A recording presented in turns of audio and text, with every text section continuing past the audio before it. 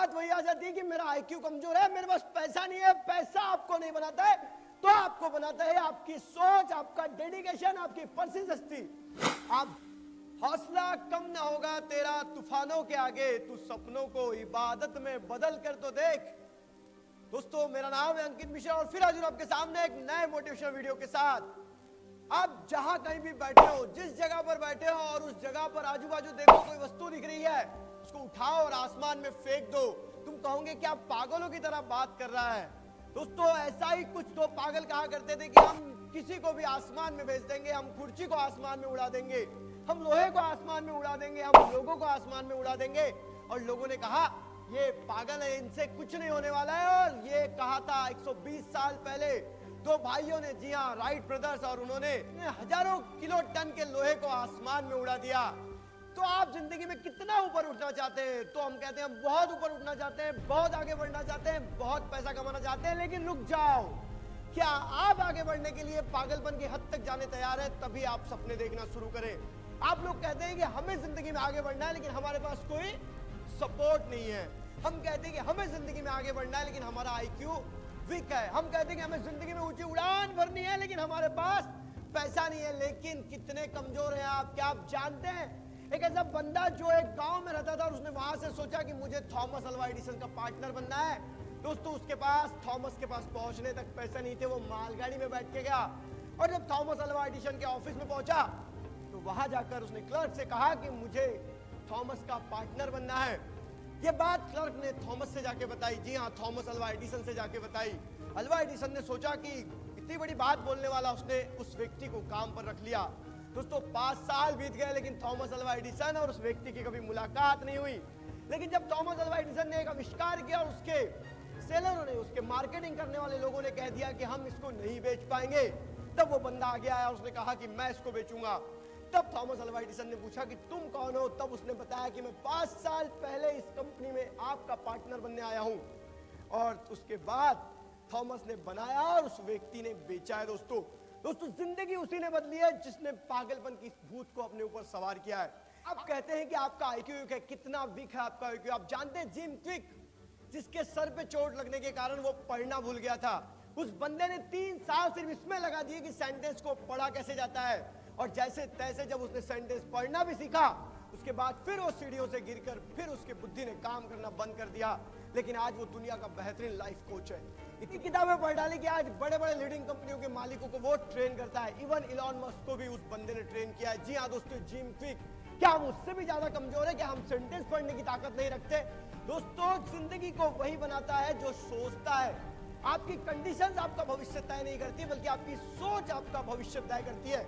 अगर आप ये सोचते हैं कि आप कर सकते हैं तो आप डेफिनेटली कर सकते हैं, लेकिन उसके लिए आपको पागल बनना पड़ेगा।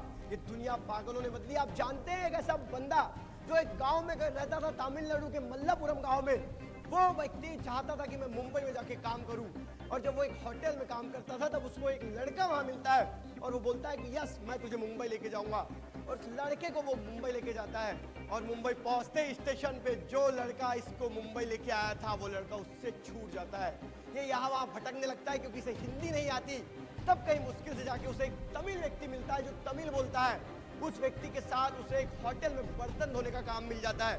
बर्तन धोने का काम करने के बाद उसे बड़ी मुश्किल से एक टी शॉप में टी सर्व करने का काम मिल जाता है। लेकिन इस बंदे की बोलचाल और व्यवहारिकता इतनी अच्छी होती है कि धीरे धीरे वो टी शॉप का धंधा बढ़ने लगता है।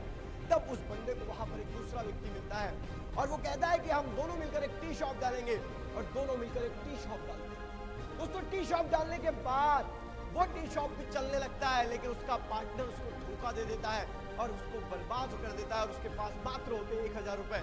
दूसरा व्यक्ति होता तो अपने गांव वापस लौट जाता और बोलता जान दे, मुझसे नहीं हो पाएगा।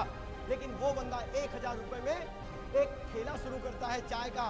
दोस्तों, उसका चाय का दुकान चलने लगता है, लेकिन फिर आ जाते हैं म्युनिसिपालिटी वाले और उसे उस ठेले को वहां से लाना पड़ता है। दोस्तों, उसके बाद वो किराए से एक दुकान लेता है और दक्षिणी फूड की दुकान चालू करता है। उसका नाम रखता है फूड प्लाजा, और आज उसका टर्नओवर करोड़ों में है। जी हाँ दोस्तों, फूड प्लाजा की चैन पूरे भारत में नहीं, तो विश्व में भी फैल चुकी है। उस बंदे का नाम है प्रेम गणपति।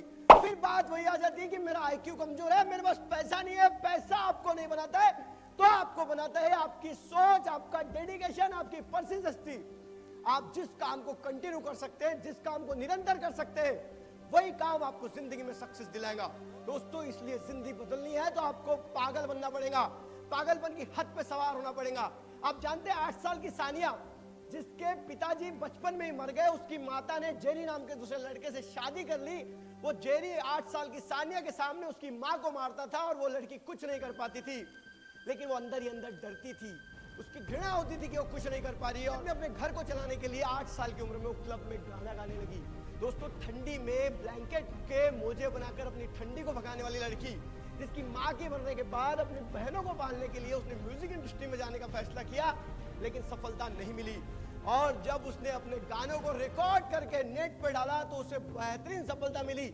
आज उस लड़की के नाम पे 5 ग्रैमी अवार्ड है और 22 अरब डॉलर की उसकी वैल्यू है। दोस्तों, जिस बच्ची के पास खाने पैसा नहीं था, आज वो अरबों में खेल रही, क्योंकि वो पागल थी और उसने उसको करके दिखाया। अब जानते हैं एक लेखक जिसकी किताबें आज हजारों में बिकती है, जिसके ऊपर बेहतरीन वेब सीरीज आई है। ऐसा एक लेखक जिसका दोस्त बचपन में उसके सामने ट्रेन के सामने कुचल गया। उसको बचपन से लिखने का शौक था, वो जहां बैठता वहां लिखता, लेकिन उसे इतने रिजेक्शन मिले कि उसकी जिंदगी खराब हो चुकी थी। अपने रिजेक्शन को दीवार पर टांग टांग कर लिखना शुरू रखा।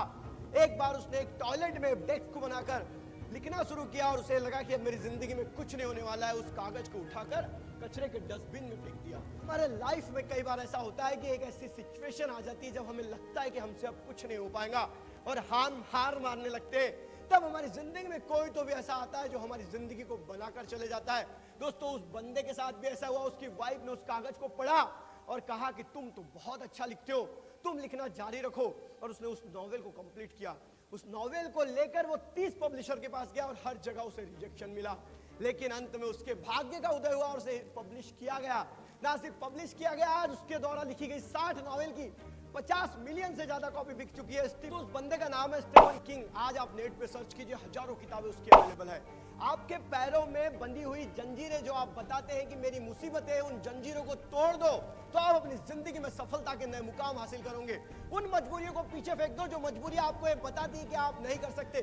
आपका परिवार आपकी ताकत है, वो मजबूरी नहीं है। और अगर आपके पास पैसा नहीं है तो पैसे से सफलता नहीं मिलती। अगर पैसे से सफलता मिलती तो इस दुनिया के हजारों लोग जो जीरो से आज बुलंदियों के मुकाम पर पहुंचे, वो कभी नहीं पहुंचते। इस बात को हमेशा ध्यान रखो। और दोस्तों, आप भी अपनी जिंदगी में आगे बढ़ना चाहते हो तो मेहनत जारी रखो। अंत में इतना ही कहना चाहूंगा कि सफलता की 3 निशानी: खुद से वादा, मेहनत ज्यादा और मजबूत इरादा। मिलेंगे अगले वीडियो में, तब तक के लिए अलविदा। जय हिंद, वंदे मातरम।